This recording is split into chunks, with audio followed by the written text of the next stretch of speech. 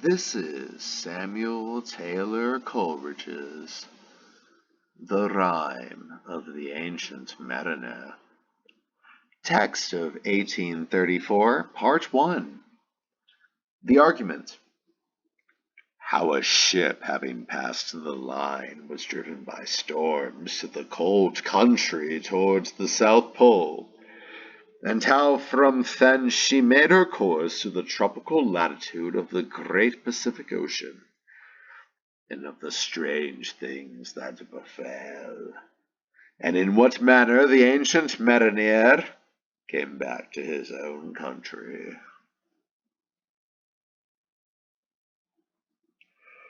It is an ancient mariner, and he stoppeth one of three.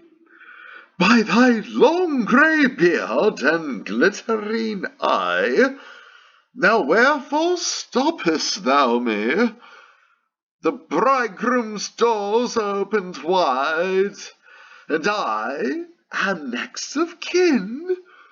The guests are met, the feast is set. Mayest hear the merry din? He holds him with his skinny hand. There was a ship, quoth he. Hold off! Unhand me, greybeard loon! Eftsoons his hand dropped he. He holds him with his glittering eye. The wedding guest stood still, and listens like a 3 years child. The mariner hath his will. The wedding guest sat on a stone.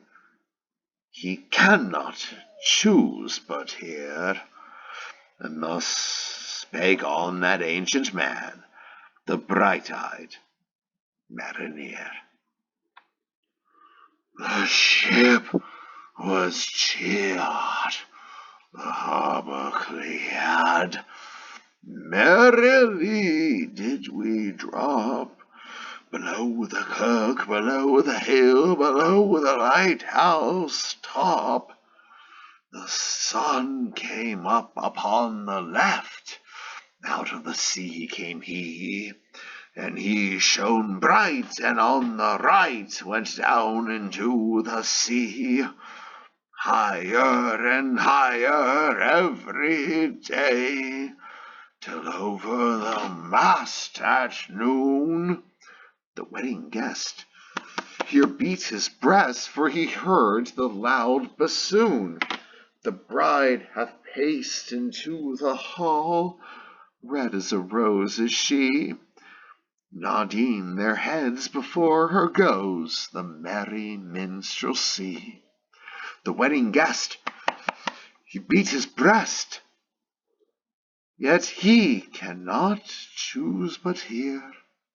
And thus spake on that ancient man, the bright-eyed mariner. And now the storm blast came, and he was tyrannous and strong. He struck with his o'ertaking wings, and chased us south along, with sloping masts and dipping prow, as who pursued with yell and blow still treads the shadow of his foe, and forward bends his head. The ship drove fast, loud roared the blast, and southward, aye, we fled. Now there came both mist and snow, and it grew wondrous cold, and ice mast high came floating by, as green as emerald, and through the drifts the snowy cliffs did send a dismal sheen. Nor shapes of men nor beasts we ken, the ice was all between. The ice was here, the ice was there, the ice was all around. It cracked and ground and roared and howled like noises in a swound. At length did cross an albatross. Through the fog it came, as if it had been a Christian soul. We hailed it in God's name. It ate the food it ne'er had ate, and round it flew. The ice did split with a thunder fit. The helmsman steered us through, and a good south wind sprung up behind. The albatross did follow, and every day for food or play came to the mariner's hollow. In mist or cloud on mast or shroud it perched for vespers 9, whilst all the night through fog smoke white glimmered the white moonshine. O God, save the ancient mariner from the fiends that plague thee thus. Why lookest thou so? With my crossbow